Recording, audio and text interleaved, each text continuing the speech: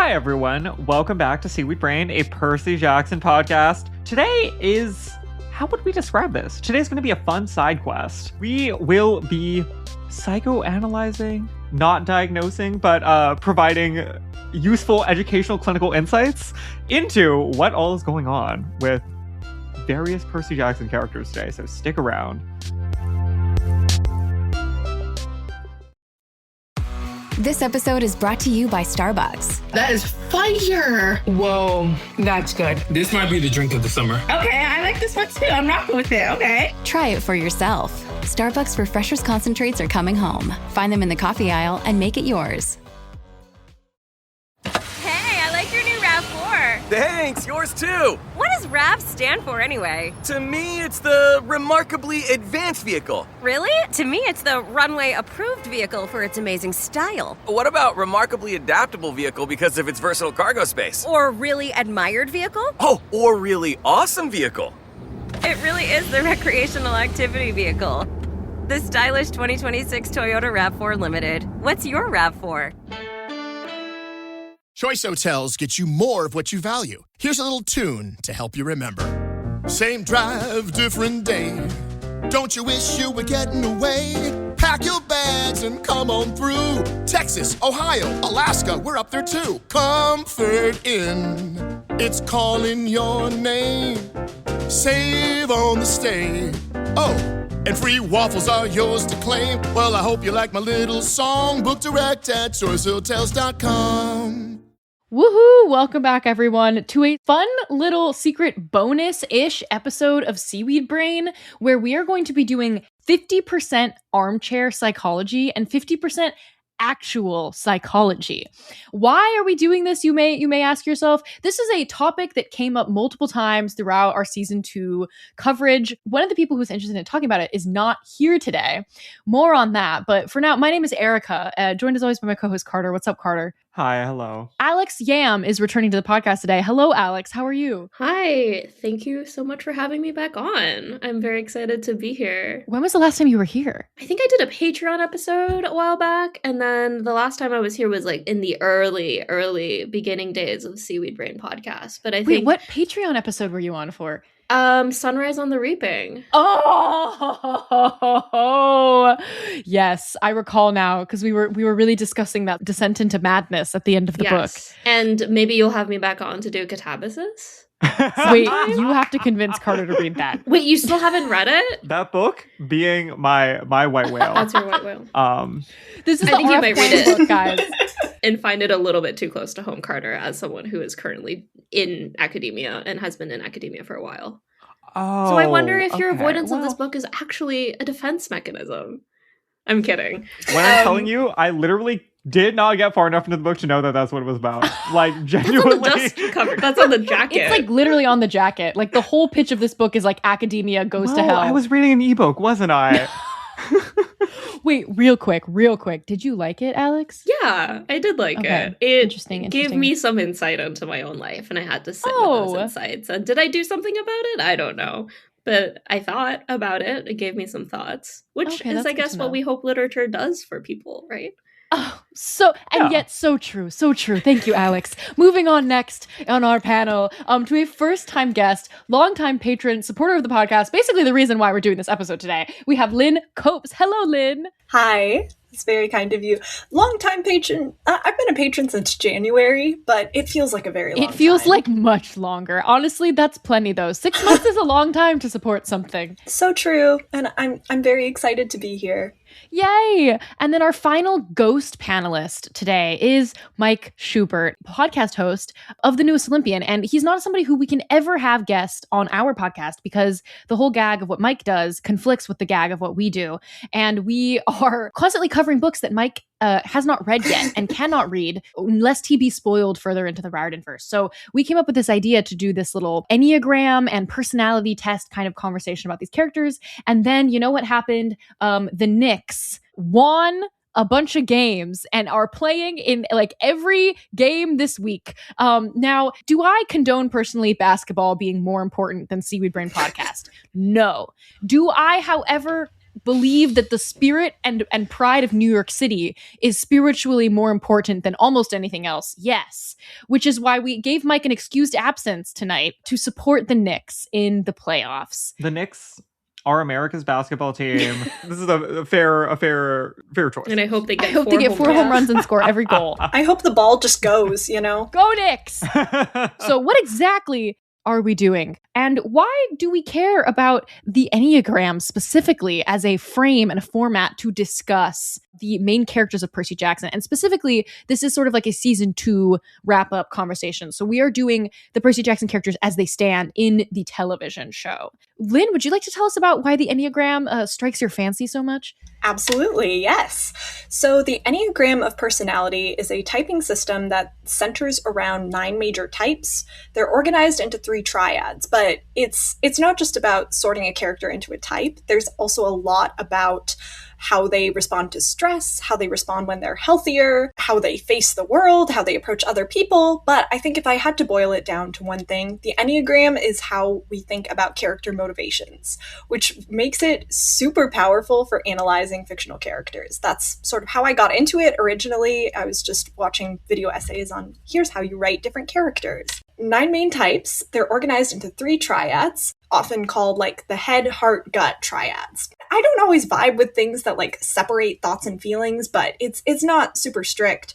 The 3 different triads, there's usually a core emotion and way of looking at the world that we can characterize them by. So for instance, you have 2s, 3s, and 4s, and we'll get into the individual descriptions. They're part of the feeling triad. Yes, the feeling triad. So it's not that they like have more feelings than other people, but the interesting things that are happening in their characters sort of revolve around their feelings. And usually one core emotion, which is shame. Same for the thinking triad, 5, 6, 7. We're going to talk about their fear and their thoughts. Finally, instinctive triad, 8, 9, 1. We're going to talk about their instincts and their anger. Now, again, all types get angry, all types have instincts, but the really interesting things to unpack in their characters are going to sort of revolve around that. I like to think of it's the grain of sand that gets into the clam. It's a focal point. For also people who are brand new to the Enneagram, I feel like it's useful to kind of Google it and look up the image of the circle, how all of the numbers line up on the circle, and also where each number wings to connect to the other numbers, because the Enneagram also has wings and stress lines and other things that you can get more and more complicated. It just keeps going and going. It just keeps going. You can get really, really into depth. You can always take a quiz if this is something that interests you, but you can also just read the descriptions and kind of choose which one you identify with. I always recommend reading the descriptions and seeing which one you feel most called out by. Just see whichever one makes you feel the angriest. Personally attacked. Yeah. With the caveat that as an Enneagram 9, the peacemaker, the conflict avoidant one, often out of touch with your inner self, I just had to be told directly by someone, hey, I think you're an Enneagram 9. So true. And I was like, oh, because I had been mistyping as a bunch of other things. So to my Enneagram 9s out there. You may not know it. Yeah. It's okay. If you're all of the Enneagram types, consider that you're a 9. Oh, yes. Too empathetic. You can also, I think what's fun as well with the Enneagram, as opposed to like other personality tests, is the childhood wound or the childhood message. That is also a fun way to sort of read about the types and like self-identify, because you can look. Alex is typing so fast right now. I'm literally taking notes. No, it's very fun. Alex would probably find this interesting because you can also kind of identify each type based on what you did not hear enough of as a child. Alex, you are not going to take the lead on this half of the conversation, but do you want to say like your credentials to being here and taking notes on this kind of thing? Being your friend is credential enough, no? Like having decades of friendship under I thought you said you wanted belts. to be enemies.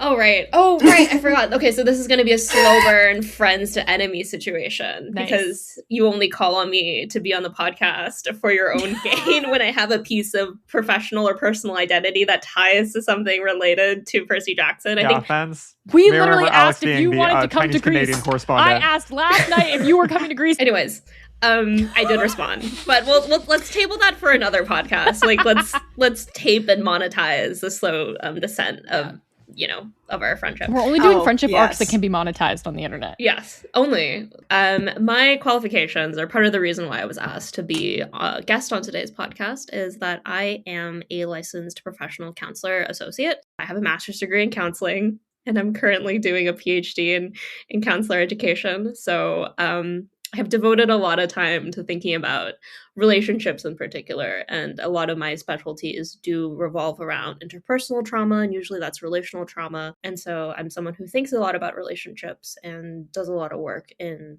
the sphere of figuring out how relationships work with people and people's worldviews. And to get a little bit technical, the modalities that I operate in are relational psychodynamic and acceptance and commitment therapy, which are all very relationally driven. Yay! All right. So that's why Alex is here and will continue to contribute to the Enneagram portion of the conversation. I suppose Enneagram disclaimer, it's not the be-all, end-all of human nature. I view personality systems as like, if it's helpful for you, great. Yes. A lot of different ways to categorize personality, and if it leads to your own personal growth. And if you're like, hey, I don't fit into this, like, yeah, that's okay. Yeah. It's just one way of looking at things. Yes. And in particular, it's such a great way of looking at things when it comes to storytelling. Like you were saying, Lynn. Like, exactly. I think it's so helpful as an actor to categorize characters into these kinds of things, because you basically are identifying, like, in some ways they're super objective or they're super obstacle by looking at what their personality type would be in something like the Enneagram. So you can think about their super obstacle in life as being that childhood wound or that childhood message. And then you can really build from there for if you're making a character, if you're acting, if you're writing, etc. All right. Let's start with the big guns. Percy Jackson. Lynn, pitch us what Enneagram type Percy Jackson is and tell us why. Percy is a 6-wing 7. It's called the Loyalist, okay? I don't need to say more, but I will. Yes. Type 6 seeks security. That is their big thing. They sort of have internalized the notion that they cannot trust themselves, and so seek security typically externally. They can be phobic or counterphobic. That's exciting. So whether or not you're running away from your fears or you're punching your fears in the face, you're still motivated by fear. Wow. Also, crazy of me to have said super obstacle on a Percy Jackson podcast. Fatal flaw. Fatal flaw. This is much more appropriate language and vocabulary for Seaweed Brain. We can identify their childhood wounds alongside their fatal flaws. Okay, yes. So that's brilliant. Yes. Hard agree. Percy Loyalty Jackson. Alex, you're laughing a little too long at me. Cool it, enemy. Okay. And on the subject of wings, not everybody has a wing, first of all. You take on traits from one of the personality types on either side. So you can have, for instance, 2-wing 1 or 2-wing 3. Your main type is what you want, and your wing is sort of how you get it, or just some extra traits you take on. Characters, you could say like, oh, that's a very strong wing, or like, this character doesn't really have a wing. They're slippery, but that's what that is. And what is the childhood message of the Loyalist? Should we check? While you're looking that up, Erica, Lynn, I was wondering if you could maybe even speak on a bit of the Enneagram presentation when someone's under stress. Like, how does a type 7 under a lot of stress react, and like, how does that change their presenting behavior? Yeah, absolutely. So the lines on the Enneagram connect to different types. And essentially what that shows is, again, how they respond to stress or how they respond to growth. And in stress, a type, so for instance, type 8 goes to type 5 in stress, so they take on more negative qualities of type 5. The 8s who are typically much more direct, confrontational, suddenly withdraw and become a lot more strategic and just kind of retreating into their mind. Not to say that type 5 is bad, they're just taking on the negative traits of type 5. Whereas in growth, 8 goes to type 2, so they take on more positive traits, becoming more vulnerable, nurturing, just opening up a bit more to the people around them. So in the case of type 6, 6 goes to type 3 in stress, becoming more like achievement-oriented, really externalizing their feelings, becoming even a bit more like arrogant, status-seeking in an effort to gain safety, Luke.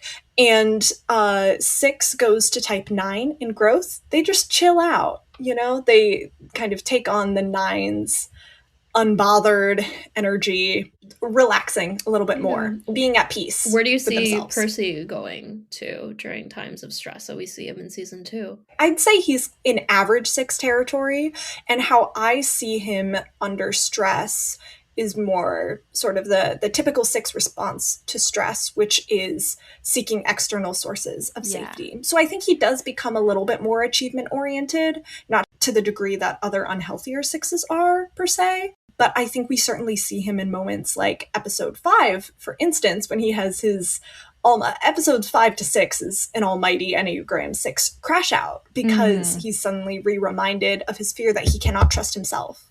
And so we see him seeking to rely on external sources like Annabeth. Well, even 4 is the episode where we get the "how do you know it's the right choice because it's yours" line, right? Yes. Which is where my brain immediately went when you started explaining this. Like I rely entirely on Annabeth to tell me and to point me in the right direction. Right, exactly, because I am not safe for myself. The wounded childhood message of the 6 is it's not okay to trust myself, basically, or it's not okay to trust yourself. The childhood wound of really feeling connected to the protective figure in your home as a child, but then really internalizing that relationship and being, hypercritical of yourself based on how they respond to you. So I feel like being hyperconnected to Sally Jackson, but then also feeling that abandonment of Poseidon and the other absent parent figure at home.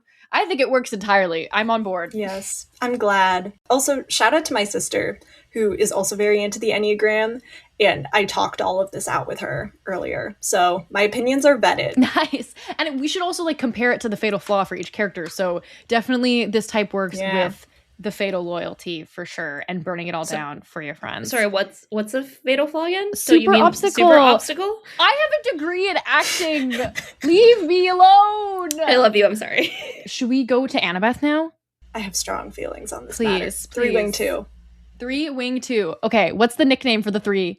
Achiever. The Achiever. It's Tina Fey's type, which is the only exposure I have to any. Most people I know are 3s. Is what I will say. I will say, as an actor, that makes sense. Yeah. For actors, excelling, image conscious. So I think people can sometimes type Annabeth as a type 1 because she's a perfectionist. Type 1, very principled, driven, their fundamental desire is to be good and right. I don't think Annabeth's core desire is to be good and right. I think her core desire is for other people to think she's good and right, which is so. Type 1 is in the instinctive triad, right? And so this internal sense of being good and right, that comes from their instincts. That's sort of what they determined. Erica, you're a type 1? No? I am a type 1. Excellent recollection. Type 1, wing 2. Yes. Yeah, I care to comment? I feel like the difference, perhaps there is a little bit of nuance difference between the 1 and the 3 with Annabeth when it comes to are you thinking about the hubris, or are you thinking about the perfectionism? Are you thinking about, how deeply are you thinking about her desire to please her mom above all else? Because I do think that there's a difference between Annabeth trying, believing she is better than everybody else versus Annabeth needing for her mom to believe that she is better than everybody else. And I think that that's what you're saying, where that's more of a 3, I have to impress you in particular, as opposed to I am self-motivated to be doing all these things. Yes. For a 3, there's always an audience. We really see that in the Siren bit with Annabeth, right? Her images of her mom swooping in and saying how essentially she's proud of her. Yeah, that being the number one thing she wants. Mm-hmm. The difference between 1 and 3 for me is really summed up Captain Holt versus Amy in Brooklyn Nine-Nine. They are both the most 1 and the most 3 I can think of. Sold. I'm in. And for the wound for the type 3 is it's not okay to have your own identity. And the message you need to hear is you are loved and valued for simply being you. Which is what Percy brings. He brings authenticity. And he brings unconditional love without the need for achievement, because that's what Sally gave to him. And so that is what he is able to instinctively and without thought give to Annabeth, thus healing her wound and thus having interlocking childhood wounds, aka interlocking fatal flaws as well Very good. Very good. Carter, is this all tracking for you so far? You're listening very intently. Yes. I mean, having no access to the depth of knowledge to be able to meaningfully contest these things, I'm nodding along and saying, yeah, these explanations make sense to me. Nice. I'm glad I'm right. Can we do Grover now? He's a 9. He's a 9-wing-1, I think. Him in episode 2 saying to Percy, like, well, have you considered the possibility that Annabeth could have a good reason for that? I use that phrase all the time. Like, well, maybe this is fine, you know? He wants consensus. Yeah. Yes, the consensus song. One more time, the 9 is the peacemaker, right? Yes. Conflict definitely. avoidant, can be out of touch with their own needs, can be asleep to themselves, which really interesting pan mirror there, to be honest, because unhealthy 9s like disengage, right? Asleep to themselves. Isolate. Yes. Are all satyrs type 9s? I don't know, but I do think... Is it a gross generalization?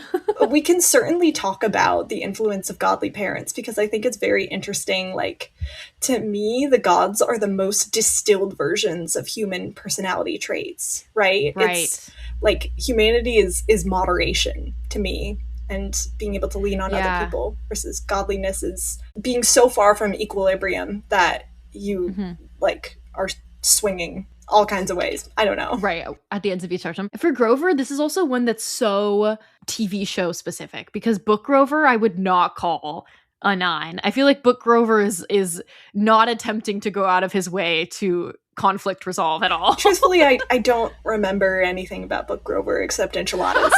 He's been rewritten. Tin cans, enchiladas, goatee. Hard agree. Show that's Grover great. Has my entire heart. That's how I realized I was a type 9. I was like, he is just like me for real. We both just want to chill and not deal with conflict. And hope. The 9 wounding messages, it's not okay to assert yourself, and the message you need to hear is your presence matters. And isn't that true? And he's an important part of the quest, and he's on his own journey, you know, he's like doing something that is like parallel but also separate from the other quest, so I feel like that's something that he needs to know. And his skills as a 9 are instrumental, like his empathy, his ability to connect with people, his intuition, you know, instincts. Absolutely. Yeah. Okay, Tyson. I think Tyson is also a 9.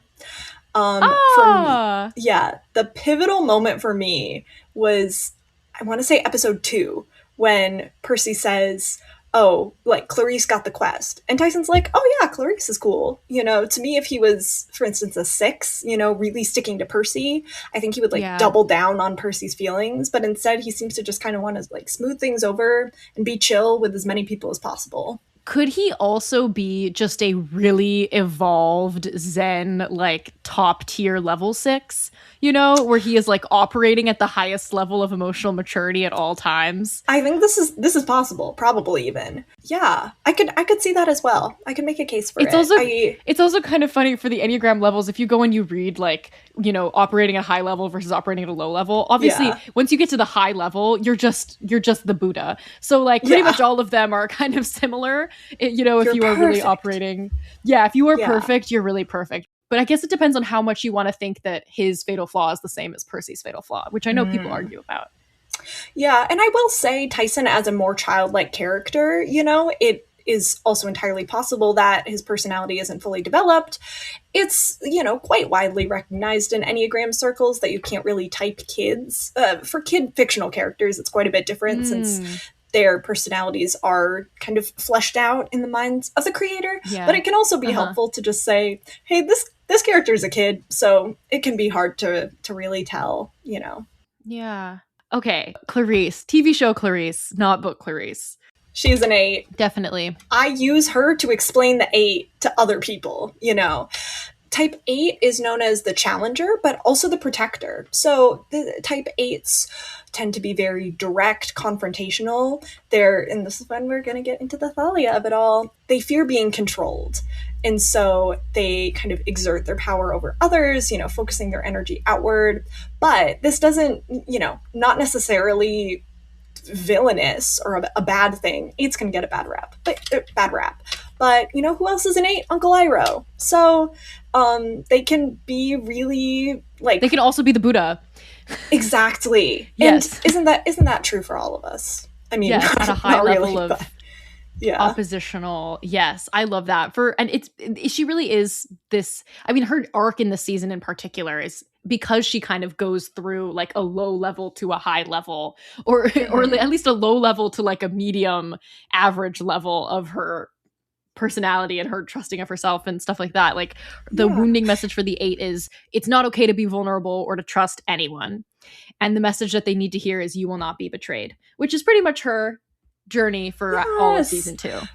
And I think we see her in growth, you know, moving to 2, becoming more vulnerable, open, forming connections. Her arc is the power of friendship, you know, whereas when she's unhealthy or when she's in stress, so for instance, episode 4 with trying to face Scylla Charybdis, you know, we see her take a step back. We see her kind of getting stuck in her mind a little bit and saying, I just need to think this through, you know, kind of withdrawing, cutting other people off, etc. Thinking about how Clarice kind of goes through this whole arc of her own personality in season 2 is making me think of how Percy, we were just talking about how like Percy is already operating on his like relying on others shtick this early on. You know, like he immediately finds Annabeth and is like, you're my person I'm trusting. You're better at this than me. You just are. Yeah. What saves the day in the end is him continuing to do that, to trust Annabeth and to trust Luke. And so I feel like he has this part of what, I don't know, this yielding and this thing that we always talk about with how his character and his hero's journey is different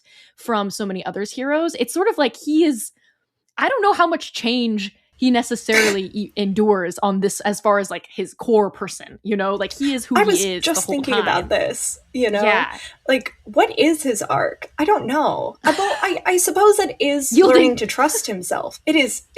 But that's what it is. It's learning to trust himself enough to make the right decision and to trust in that decision to hand over the knife.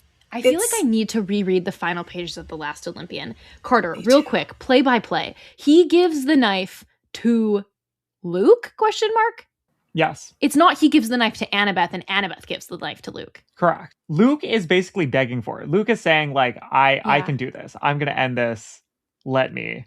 And Percy's the one who says, yes, I'm going to choose to believe that you are going to end it all as opposed to just knifing me because, And I think that rather than this being a continuation of his own pattern, I think this is a movement towards growth for him because we see him react very badly to being betrayed. Of course, like That's so true. Once his loyalty to Luke is lost. So I think it is still very much coming from a place of fear, his relying on others, until I think he gets out of that a little bit and sees that his trust in others is a very good thing, but that he needs to expand it just beyond his insecurities. Definitely. You know, he has to extend that trust to Luke. If I were to add on that, I think it's Percy's overarching arc or progress within the second season is learning how to hold both the emotions and his values and making the conscious decision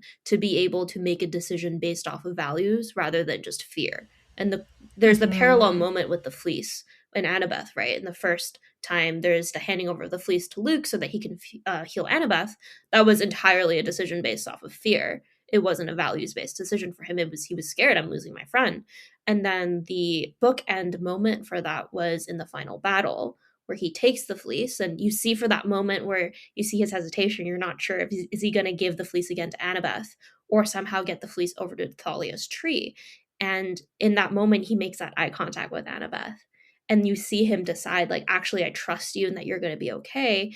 And I can act from a place of values of, like, I know that this is what I value right now to save camp instead of just working off of the fear. Yeah, I feel like this makes a lot of sense. Thinking about how I feel like we had a conversation during season 2 that ended up being resolved where we were like, if Percy's so loyal, you know, why does he give up on Luke? But it's because he trusted so much in Luke and was betrayed that is like, because of his core fear, that is going to take him 4 more books to get over that betrayal. Because I'm reading from EnneagramExplained.com on type 6s.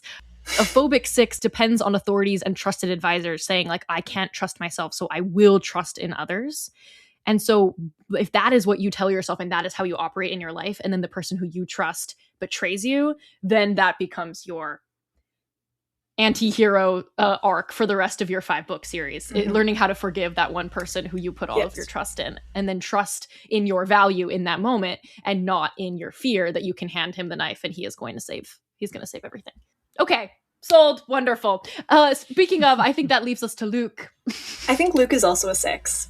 Oh, that's my thing. I think he's also a 6 because he is security oriented.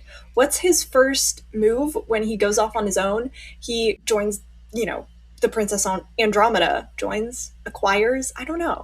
He creates a safe space. I think he has been hurt before, and his motivation is so that no one will ever be hurt like that again. And the way he does that is through creating safety. Quote, 6's attempt to build a network of trust over a background of unsteadiness and fear. And Luke's network of trust is the Princess Andromeda and it's Kronos, because he has found that he is not safe at camp, and the only thing that he finds safety with is his ideology. And like that safety and that ideology, that's what he's creating on board the Princess Andromeda. It does make sense, because I think a lot of people would argue that Luke is a type 7, which is the type that's like very individualistic and does not rely on others, because he rebels. And so people think that type 7, like he's rebelling and he's, I'm going to do this all myself. But I do think that that's not true at all. And that if we go back to his relationship with Thalia and his family unit with Thalia and Annabeth, and that being like how he found safety as a child, and then going to create an army and surround himself with other demigods. Carter, you seem doubtful. I see you. I don't know if this is tracking to me. I feel like he's an ideologue and he has a family, but that the family he doesn't behave in such a way that I think is concordant with the idea that he has personal loyalty to the other people on the Princess Andromeda. To me, I think he ideologically believes that they deserve rights, but that he doesn't, he's not chummy with them. And it doesn't seem like he values the input or strategic opinions of basically anybody else. Sure. Because for me with 6s is that they have their safe people. And this can be a very small circle, right? They're not looking for security with everyone they meet. So for instance, I think Luke, he had his safe people, that was Thalia, and she was gone. And Annabeth, and then he had to leave camp. Annabeth saw him trying to kill Percy. That relationship is ruptured. And so we see him spiral deeper and deeper into his one remaining attachment, which is Kronos, So I think it actually makes a lot of sense. He's not looking for safety with the people on board the Princess Andromeda. His safety is his ideology. And his safety is Kronos. I'm seeing this argument as I'm reading the levels, because I was like, okay, but what about just an unhealthy 6? What does a very unhealthy 6 look like? And I really do, just from a narrative standpoint, like the idea that Percy and Luke have the same type, because that's very satisfying to me, right? So Percy has the same coin. So it's okay, what is the very unhealthy level of the 6? And this one I think is really level 7. Yeah, fearing that they have ruined their security, they become panicky, volatile, and self-disparaging with acute inferiority feelings. Seeing themselves as defenseless, they seek out a stronger authority or belief to resolve all problems. Highly divisive, disparaging, and berating of others. So I think that relationship to an authority figure being what drives him to Kronos, as opposed to, I'm going to take down the gods by myself, I think is an argument for 6, for sure. And I also think he's not going to Kronos because Kronos is ideologically what is the best option for him. I think he's going to Kronos because Kronos has made him feel safe. This is also a type that has, like we were reading earlier, a very close but volatile relationship with their authority figure as a child. So him having this really trusting and loving relationship with May until who knows what age, and then that being destroyed very quickly, I think also leads itself to 6. And what's so cool is that we don't know yet how old Luke was in the TV show when his mom tried to become the prophet, or when his mom tried to become the oracle. So that's going to help us understand. And also I feel like this is almost this is like I don't know, I guess a little bit into season 3, but this is kind of the last season where we could do this with Luke, because after this, he is not really himself anymore. So we can't really analyze, I fear, Luke Kronos's personality or problems after this. Interesting. What do you think, Carter? I think I'm on board. Yeah. Okay, Thalia, I think, is the last one to address. The one that started it all, really. The original wound. Yes. Well, no, I just meant because it was in the Patreon Zoom that I was just like typing in the chat about Thalia's Enneagram, and you noticed it. I think she's also an 8. At first, I thought she was a 5 because I was like, well, episode 4, we kind of see her disengage a little, like really look at the situation. But of course, 8 goes to 5 in stress. I think it's really clear to me that she fears being controlled, which is where we get to Zeus as an authoritarian parent, who I also think is very much representing the most extremes of an 8, lashing out, will do anything to maintain control. And so, like, imprisoning Thalia in a tree, like, to control her so that she wouldn't rebel.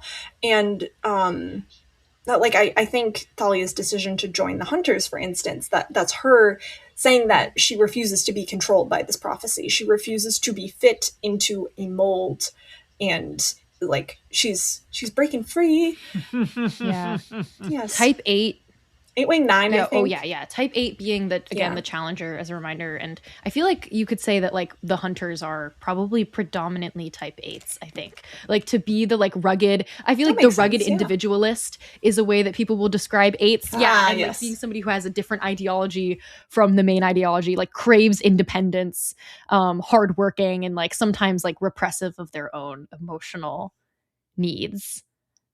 I buy it. Yeah. I see it. Yeah, definitely. Oh, Alex did have another character that you wanted us to discuss, right? Alex, would you like to speak to the secret final main character of the season? Oh yeah, the secret 7th main character of the season, of course, is the Fleece. It's kind of the 7th main character in the same way that the city is a main character in Sex and the City. Like, New York is its own character. I like how you chose the Fleece and not like Camp Half-Blood or like the Sea of Monsters itself. No, it's the Fleece. To really make that analogy clear, it's the Fleece is the secret. She has a lot of screen time. She's doing a lot of things. There's complicated relationships. And I'm reading the descriptions and it looks like a 2 to me. Okay, she's a 2. Yeah, I'm considering that. The thing with the 2 is that they're driven by a need to be loved. And I hear you saying, what? Like, everyone wants to be loved, Lynn. What are you talking about? Yes, but does it motivate you? That's the question. What are we doing to make sure that the Fleece is feeling wanted? Exactly. What are we doing to make sure that the Fleece is feeling loved? So I don't know if the Fleece needs to be needed, I think the Fleece has built an identity. Fleece is an Enneagram around being needed. I think she's a 2-wing 1. I think she's a 2-wing 1. Yeah. The Servant is the nickname for the 2-wing 1. Yeah, because the Fleece, like the Fleece is just a always very working in healthy service too. of others. Right. Like giving without an expectation of return. That's what twos need to learn. Healing. Always giving. The giving tree. Never getting anything back. Just an endless well of energy. Yeah. But I think the Fleece is in a healthy place to me, Because I think as twos become more unhealthy, they view love as more and more transactional thing. But no, the Fleece is generous. The Fleece is abundant. The Fleece, this Enneagram Institute description says, twos being generous and going out of their way for others makes twos feel that theirs is the richest, most meaningful way to live. The love and concern they feel and the genuine good they do warms their hearts and makes them feel worthwhile. Twos are most interested in what they feel to be the really, really good things in life, like love, closeness, sharing, family, and friendship. And she finds her family and friendship in the end. Yeah. The tree, instead of being... Camp Half-Blood, Polyphemus, guarding all of Camp Half-Blood. Yeah, because that was an unhealthy relationship for her. That did feel unbalanced. Right. She was like literally hidden away. It was abusive. Which, side note, I think Polyphemus is a really good representation of a type 5 villain because type 5s, as they go into stress, they hoard resources, right? This can be internal resources, like viewing their time and their energy as finite things. The flaw typically associated with type 5 is avarice. I prefer to think of it as scarcity. Like the flaw of the type 5 is operating from a mindset, a mindset of scarcity, that they have to shut themselves away. They have to be totally self-reliant in order to be safe. Their mind is their safe place. And they believe they can't rely on others. Totally. Carter, do you identify as a type 5 villain?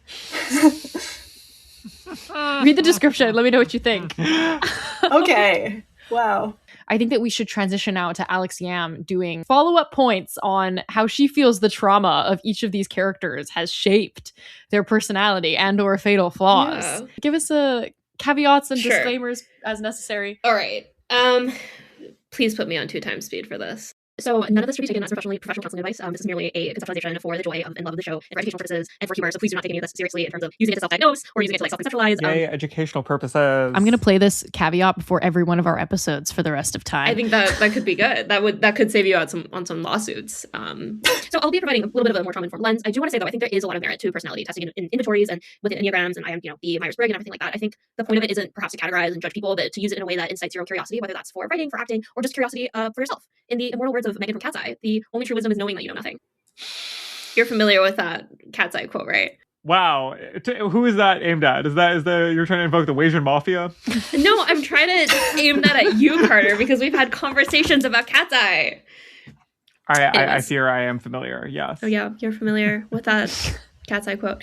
Anyways, so I am not going to provide any sort of diagnoses or conversations about that. Please don't use this to diagnose yourself or diagnose anyone else in your personal life. The context for what I'll be talking about and the perspectives and theories, I'll mainly be talking about John Bowlby's exploration into early childhood attachment and experiences with caregivers that set precedent for subsequent interpersonal relationships with your caregivers, with your other relationships that you have in your life, with the romantic partners that you have, and also very importantly with the relationship that you have with yourself. In a lot of my work, I use this to really understand and conceptualize where a person's coming from. I think if we apply it to the literary analysis of it, we can use this to ask ourselves, where is this character's current behavior coming from, right? What stories and what experiences or stories do they tell themselves about their past that is currently impacting and changing the situation that they are in? My last caveat is attachment styles aren't deterministic and they can be changed throughout relationship, and I think you really see that directly with Percy. Whoa. Yeah. Say more. I still call it Percabeth in my mind. I have to mentally tell myself to say Percabeth. We're moving on. This is the declaration of being an enemy of the pod. Oh, totally. We've reached it. Yeah, wait, actually you just made that up to be mean. No, it's Percy Jackson, right? Percy Jackson and the Sea of Monsters.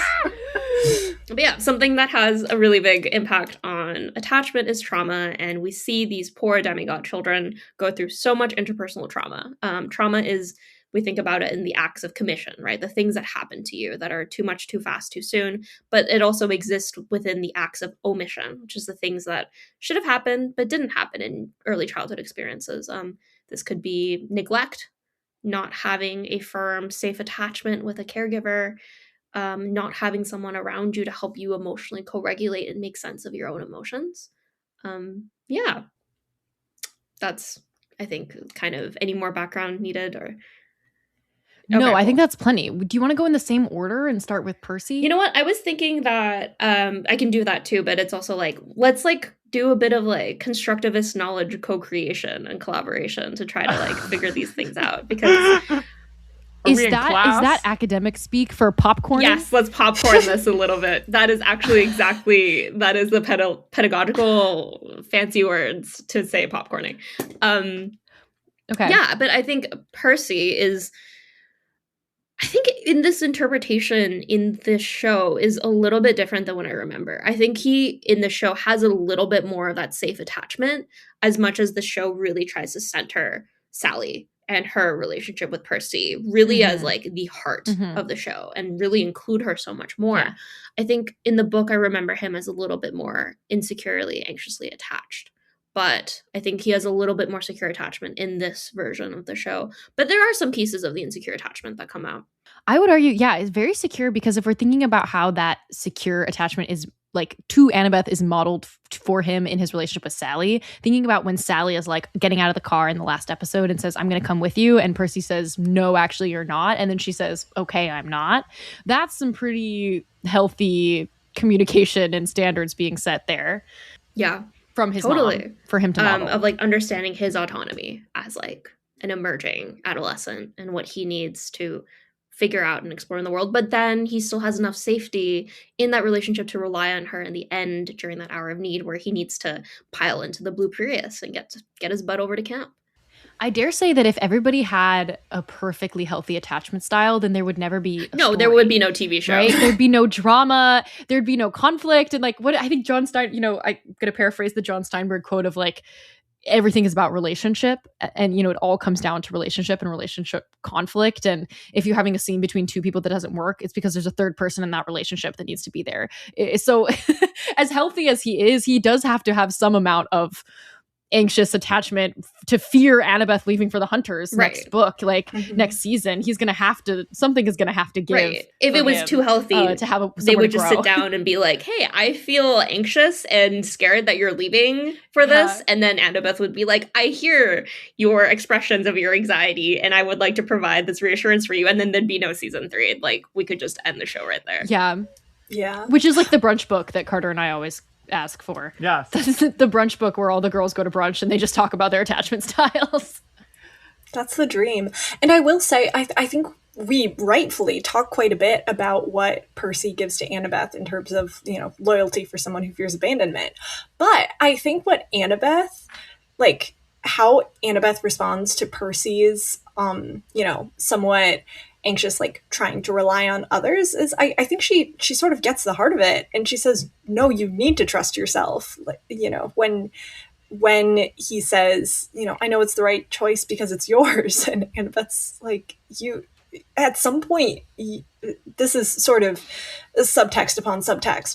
But I think a lot of what Annabeth does for Percy is not giving him the easy, like, self-assurance, hey, it's going to be fine. I think she does challenge him a bit to rely on himself more and not just seek security externally, but also kind of find that inner stability in the equilibrium. Right, to find internal reassurance and a sense of self-worth and within his values and principles. Yeah. I think Sally Jackson is at a 100% healthy attachment style, highest level Buddha version of whatever her personality type is. I feel like we could really play around with that. Is she, though? I think so. But we do see her in that really bad relationship in season 1 for like quite a while, right? The reasoning was that it was like to mask, Percy's smell and to keep him safe, but you don't buy it. You think she was self-sabotaging. You think it was an excuse. A little bit. You think she was doing it to get attention from Poseidon? Maybe, right? Sitting in the rain. I think that sitting in the rain and listening to Olivia Rodrigo is a very healthy way to process and deal with your emotions. Every single weekend. Is that why your hair was wet at the start of this record? Yeah, I actually came from the rain. Sorry, I was on the balcony on the fire escape. With Annabeth, though, I think you really, in the flashback sequences, you see the consequences of the trauma that she's been experiencing, right? The lack of emotionally stable, present caregivers in her life. Like, she has truly, really very little grasp at times to understand or to even like regulate kind of her own fears and anxieties. That so much of her sense of self-worth is placed on making her mother proud, which relatable. And like, that's not a bad thing, but that is really the thing that she struggles with. And she has this like point of contrast with her relationship with her mother versus Percy and his relationship with Sally, as like these kind of like parallel forms. But I think Annabeth really kind of displays more avoidant tendencies. She perceives a lot of rejection in conversations with Percy in early episode 1, where she finds out that he didn't tell her all the details about Tyson and everything that they were doing. And she takes that really personally, and I think is quite hurt by that. But the really beautiful moment that you have together, though, is I think in episode 2, or was it later in episode 1, where Percy and Annabeth on the beach have this really beautiful, quite poignant, like, repair process that they engage in, where they talk about, like, no, this is what was happening. This is why I couldn't tell you. This is why I didn't tell you. And I think the narrative sets up another moment where you think they're going to have another rupture when Annabeth is saying, like, I can't tell you this prophecy. I can't tell you the great prophecy and the details of it. And it almost builds up to a moment where you're expecting Percy to be, like, really angry or upset at her, but it completely flips. He's like, all right, I trust you. Just let's do code words and then tell me when this comes up. And I think that's the part of their relationship that draws Annabeth back, is Percy's continual acceptance and willingness to discuss the relationship and to like repair the rupture when she has probably never known repair like that in her childhood. And she's because she ran away. That's the biggest rupture at all. And she's allowed to make mistakes with Percy, right? She's allowed to mess up and say the wrong things. And I think she certainly braces herself for rejection there. But Percy is much more repair oriented than I think many of the people in her life previously. No, definitely. I do feel like that jump from the end of episode 2 to the beginning of episode 3, where he comes back and says, let's just do Boone, is what makes that relationship possible for both of them. Let's do Boone. Let's do the Benson Boone. Yeah, and I'm going to go back to that being Sally Jackson, even if she implodes at her son every now and then and gets mad or gets frustrated, she probably wakes up the next day and is like, here's some glue cookies. Like, let's hang out. I listened to Olivia Rodrigo last night and now I'm fine. Percy, like that night in between, or I guess it was not at night. It's on the boat from the shores of Camp Half-Blood to the Princess Andromeda. Percy sang one Olivia Rodrigo song in his head and he was like, you know what? I'm fine now. Let's just do Boone. And what was that Olivia Rodrigo song? Ooh. And what was that song? Let's see. That's the important question for today. That's a fantastic question. 1 step forward, 3 steps back. I'm going through the catalog in my head. The entire discography. Much like Zoe Neary did. In season 1 to choose a song to play. Can you talk about Annabeth and her relationship with Luke? Because I see it's in the notes and I'm very curious what you have to say. Yeah, well, Luke for her is that early caregiver attachment, right? You see that moment over the cereal box in that tunnel as they're hiding from the Cyclops as they're running away as children. And I think for Annabeth, Luke does represent the ideal of like, this is what I aspire to be. This is like the person that I should become. And this is someone that everyone respects, right? Going back to her, the importance of other people's perceptions of her. I think Luke embodies that. But the more interesting part of what has happened is there's been entire that has been just blasted to hell, right? He's no longer that figure for her and no longer that person that she can look to understand herself. Because I think she really grew to understand herself through the lens of that relationship and who she is in relation to Luke, right? Their identities are intertwined. So she's really quite untethered. I think we see her in season 2, right? Without this like attachment that for so much of her life has been like safety. And their inability to like really repair that, right? There's these moments where you think there is a possibility of repair in the air when she's tied up on the Princess Andromeda and Luke is there and she is telling him the truth, right? About Thalia's tree, but he's unable to trust her and unable to like use that as a bridging point to repair, because they both kind of don't really have the idea of what repair looks like in their life and in their relationship. Definitely. Yeah. Lin-Manuel Miranda did not apologize to Luke. Lin did not. Properly. He really did not. Yeah. He didn't probably. I feel like that also sets Annabeth up in such an interesting place for season 3, knowing that, okay, she has failed to reconcile with Luke. We don't know how much they're going to try again once she gets captured. But then Thalia comes back. And so now she has this second figure of trust and authority. And then by the end of the book, Thalia is gone again and abandons her. And so she's left either to trust in herself or to look to Percy and say, now Percy is at the end of book 3 is my person who I find safety in. And then by book 4, they have now drifted apart again. And she is unmoored and freaking out and doesn't know how to connect with him. And he's who knows what in what Prius, etc. Yeah. Please free my girl from the burden of character development. Yeah. Yeah, she's going through a lot, guys. It never stops for her. She never gets a break. She doesn't get her Escape to Margaritaville episode. Like, not a once during the entire series does she get to be spinning like a ballerina and she relaxing. But then we'd have no show. We'd have no conflict. It wouldn't be that fun to watch. Well, again, this is why it's Annabeth Chase and the Olympians, guys. This is because she is going through the most character development constantly. It's her arc. Yes. It's her show. It's her show. It's her reconciliation with Luke. Yeah. I feel like, I'm curious to see how they will handle how okay she is with Thalia's choice at the end of season 3. I think it'll be an interesting arc, though, because up till now, Thalia has been in the season, but not really in the season. We have other people's perceptions. She's been haunting the narrative. And projections of her, most importantly, and projections that fit their own goals and their own motivations, right? We never really get a true sense of who Thalia is, and it'll be a really interesting moment then for Annabeth to reestablish that connection, and I wonder if there's even going to be some discrepancy between who Thalia has become in her mind versus the Thalia sitting in front of her, like real and like fully formed as a person. No, definitely.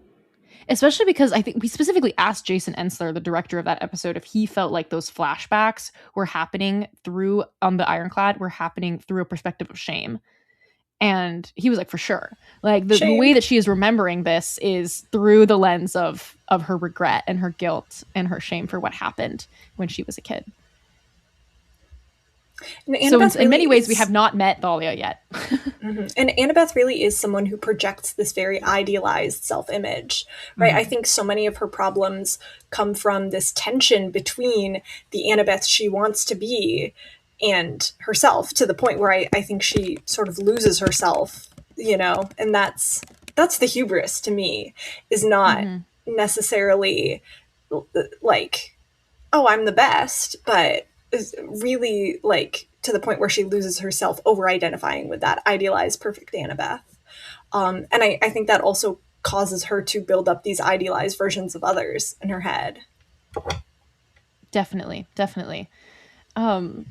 I'm also realizing that we also met Thalia through Chiron's flashback, but Chiron was also kind of through a lens of shame and guilt. So that's his version of shame and guilt Thalia. So I don't know.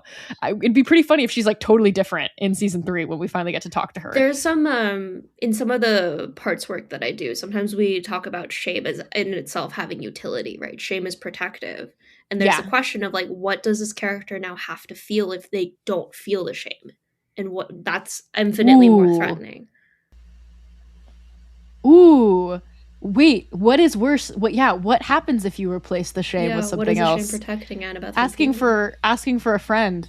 What happens if Chiron replaces the shame or removes the shame? What feeling is left over?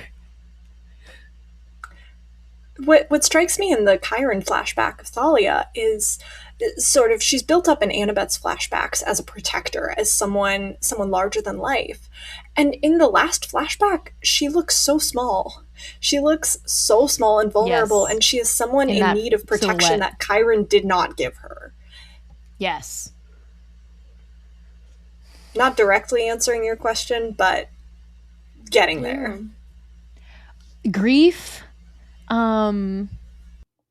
anger, and I you know what I'm gonna go with a little bit of grief, but mostly anger, because for Chiron, he is feeling the shame of his cowardice and bootlicking of Zeus and like because that's why he didn't do anything. But I think that if you remove the shame, then what he's left with is like righteous anger towards the situation that he is in and the system that he is complicit in. And a centaur who's fighting the image of being wild and angry cannot feel anger, right? As he's like the enlightened centaur, the one of the good ones. Wow, that's a lens I never thought about when it comes to Chiron. That's so true, Alex. Should have you that on he more. Is, like comes from a background of a background of party ponies and being looked down upon and having to hold his place in his tenure at Camp Half-Blood. Yeah, because if he were to only feel that anger, then he wouldn't be able to continue in his job, right? He would have to quit and he'd have to or rebel in some way, which he was not ready to do. Do you want to take over this paragraph about how we see Percy and Annabeth's relationship change this season? Because that is really exciting. Can I do Luke really quickly, if that's okay? Oh, yeah. Please, yeah. Go for I think Luke first. has the classic disorganized attachment style. From the trauma perspective of how that is formed, disorganized attachment comes up when you quite literally have to split your conscious in some sense to make make sense and to somehow still keep your relationship with a parental figure that is so divisive, right? That you see that when, you know, there is the mental image of what Luke wishes Hermes was, and then you have the reality of like what Hermes actually is and how he exists within the world and his feelings towards Luke. And Luke has this inability to form a really coherent narrative about his own life, about his relationship with his friends. You see how fragmented and like contested it is, and there's so much dissonance within it. And I think that really it speaks to the disorganized attachment, because he has been through a lot of childhood trauma, and some perspectives of childhood trauma say that the trauma isn't just what had happened to you, but it's also the moment when you didn't have a safe adult that you could tell to protect you. That childhood trauma lives in that moment, not having that safe relational figure. And for Luke, you really see that he didn't have that figure at all, and those repairs with Hermes just never ended up anywhere. Yeah, definitely. I have nothing to add. I think that's correct. Yeah, he probably has the most trauma out of all of them. Yeah, I guess so. In the childhood trauma Olympics, yeah. He's taking the gold. Oh, yeah. I'm so glad we have a professional here to advocate for Trauma Olympics. Yeah, that was right, guys. Because the end all and be all is to compare who had it worse. And trauma. I do think I really think that it's going to be pivotal when we find out what age Luke was when May went to Camp Half-Blood. That I think will determine who wins the Trauma Olympics. Did you want me to move on to the last paragraph? Actually, I want to ask you really quick, just like off the cuff, what would you say about Kronos' attachment style? Fascinating. Would you say, is there a point where it just gets to like being a psychopath and you can't do that anymore? Like if you eat your own kids, does it get to a point where you're just kind of off the end? I don't know. That might Are you be Googling if you eat your kids? That might be PICA, actually, the eating disorder where you could persistently consume non-nutritive, non-food substances. I'm kidding. Hey, you know what? Like Kronos' parents was, remind me, it was, I want to say, trying really hard not to say going back to Gaia and Uranus is crazy. It's not nut, right? No, I'm thinking about something else. No, I'm thinking about Egyptian. You're doing Oh my god, sorry. Another series that wasn't on Gaia before. and Uranus. Who was Kronos' parents? I should know this. No way you're forgetting Uranus, Alex. Fuck. Sorry, I was so fixated on nuts, and I was like, completely forgot about Uranus. Forgot about Uranus. Uranus and Gaia. Yeah, I mean, they weren't great. One had their head in the clouds, and the other one had their head buried in the sand. And that's on generational trauma. Yeah. And I guess really we could say the universe that created the original primordial forces was tumultuous. Maybe a little cold, maybe a little distant. So the entire world has parental issues, is what I'm hearing? Yes. Great for my field, I guess. This is the Crazy Ex-Girlfriend song. I was literally, Carter, It's all the Big Bang's fault, yeah. It's all the Big Bang's fault. Wait, what is the title of that song? Nothing is ever anyone's fault? End of season 3. Free will is an illusion. Morality is too. So it's not my fault my parents messed me up because their parents messed them up. And Adam and Eve were messed up by God, who was messed up originally by the Big Bang. Everything is the Big Bang's fault. Energy in space was the ultimate bad father. Nothing is nobody's fault. And on that note... So personally, I have a great relationship with my parents. I thought you were going to say, personally, I have a great relationship with the Big Bang. Yeah. No, we're chill, actually. I'm a pro Big Bang. Pro Big Bang podcast. We are a pro astrophysics podcast. Me and the energy in space, however, we're on a rough patch. How will you repair? How will we repair? Could you say some brief words on what you felt about Percy this season, Alex, before we wrap up? You mean my very personal voice note that I privately sent you? No, I was referencing how you have some great notes here about the arc of Percy and Annabeth's relationship, but if you'd like to be personal about it, please feel free. Okay. Okay, I was like, I mean, if you want to air it out, we could. It was very sweet. Oh, I'm glad. But people don't want to hear that. Alex told me that I'm the Annabeth to her Percy Jackson, and that I'm kidding. That's not what she said. Well, okay, you have that really famous question now that you've gotten to ask many people affiliated with the show, and Rick Riordan himself about, is Percabeth the greatest love story ever told? Is that the question?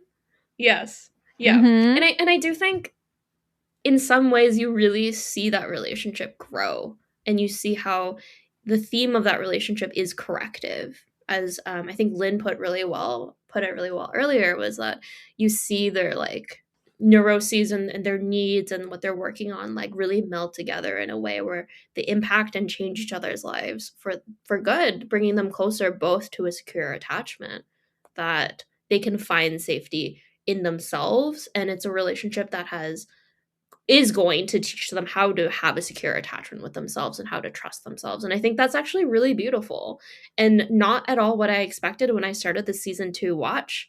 When Erica texted me, I legit actually found myself crying a couple of times of like seeing this relationship portrayed, of like the honesty and like the really pure intentions of like acceptance and like unconditional positive regard that they bring for each other. And yeah, so maybe your question has some merit to it. Maybe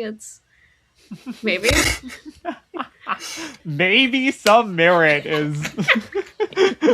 She's really good. I gotta like stretch out this arc, guys, if I want to come back in future episodes. I can't like give you the resolution now. No, yeah. Wait till it's gonna end when she eats my children. I was wondering if in your work, do you feel like there's like, when it comes to like attachment styles and parts work, that there's a lot of like, when it gets to a point where you feel like you can never enter a relationship until you're like 100% fixed on your healthy attachment, but then it's nice to see a relationship where working on that relationship simultaneously can help work through things within each other. Yeah, we should not gatekeep relationships based on how subjectively healthy or unhealthy you feel. That everyone is, at the end of the day, like worthy of love and worthy of like regard and respect. And the only way that you can really heal these attachments, unfortunately, paradoxically, is through relationship. It's the only kind of situation where you will experience something different, and those different experiences will inform how you view relationships going forward. We can't heal in isolation. Thank you guys both for joining us and educating us with your individual unique knowledge. Will you tell people where they can find you if you'd like to be found on the internet? Please don't find me. Would you like to make any endorsements in lieu of being found on the internet? Maybe Lynn, go. I will have to sit on that. Okay. You can find me on Instagram. I have an arts and crafts account. I'm at each age a lens, just lowercase and a dot between each word. I do a lot of stuff over there. I draw digital art. I have a drawing of Thalia. I sew, upcycle, lots of things. Go listen to my mom's podcast. It's called Parenting Musically.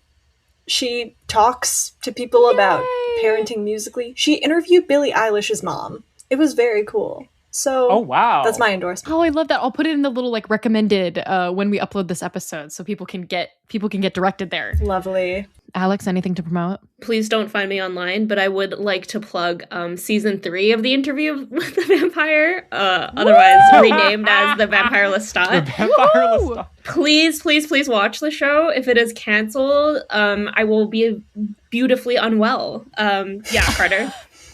Alex, did you see the brand new clip from this morning of Jacob Anderson talking about the song Pegged by Chechnya? I have not, but I will go see that. And if any one of you wants to do a spin-off podcast just doing Interview with the Vampire, please. I would be so happy to do that. Interview with an interview with a vampire. Interview of an interview with the vampire. Vampire Honestly, interviewers. Interview with the vampire interviewers on Interview with the Vampire. Yeah, we'll work on it. I know many people who would do that. If you need me to set you up with them, Alex. I was hoping to get one of you guys involved, but yeah, thank you. See. I mean, I do love the show. I haven't read any of the Anne Rice books, though. There's the premise. We do a review. Oh, right. I'm the dumb one. Oh, my God. Newest Am vampire. I the dumb one? The newest vampire.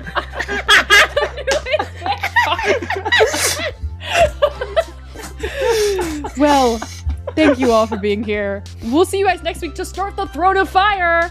We're doing chapters 4 at a time, so we'll see you for 1 through 4 next week, Wednesday. Get excited. Foment your enthusiasm. Foment. All right. Bye, y'all. Bye. Bye.